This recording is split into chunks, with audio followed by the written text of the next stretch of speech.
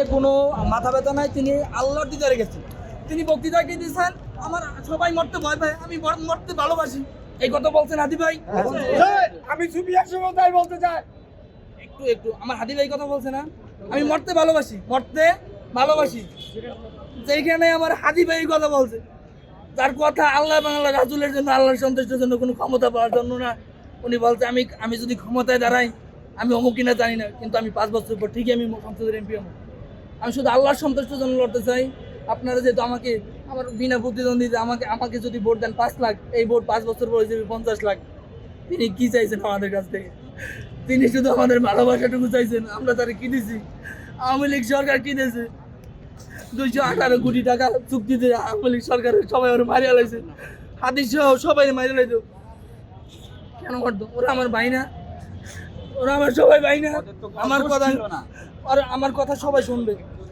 আমার কথা 18 কোটি মানুষটা পুরো সবাই ভালোবাসবেন। আমরা সবাই হাজিরের জন্য, আমার জীবন, আমার মরণ, আমার হায়াত, আমার সময়, এগুলো সব আল্লাহর জন্য, আল্লাহর রাস্তায় যাচ্ছি, আল্লাহর জন্য, আল্লাহর রাস্তায় যাচ্ছি। স্বপ্ন ছিল সততা এবং হাদি ভাই স্বপ্ন ইনসাফ। আমি কে তুমি কে? হাদি আমি কে তুমি কে? হাদি বানাওয়ারের শত্রু শব্দ ভারতের শত্রু হুঁশিয়ার শব্দ আওয়ামী লীগের শত্রু হুঁশিয়ার শব্দ আমি কে তুমি কে? হাদি আমি কে তুমি কে? হাদি আমি আরেকটা মেসেজ দিতে চাই। এনসিপি নামে কোনো দল ছিল না। 2024 সবাই সমন্বয়ে ছাত্ররাই দল তৈরি করছে। 1926 সালে জামাত প্রতিষ্ঠা হয়েছে, 1926 না 36-এ। আওয়ামী লীগ প্রতিষ্ঠা হয়েছে 1950-এর পরে, 71-এর পরে বিএনপি প্রতিষ্ঠা হয়েছে। আপনি যদি ভালো হন, আল্লাহ আপনাকে বিরান করবে এই পৃথিবীর বুকে।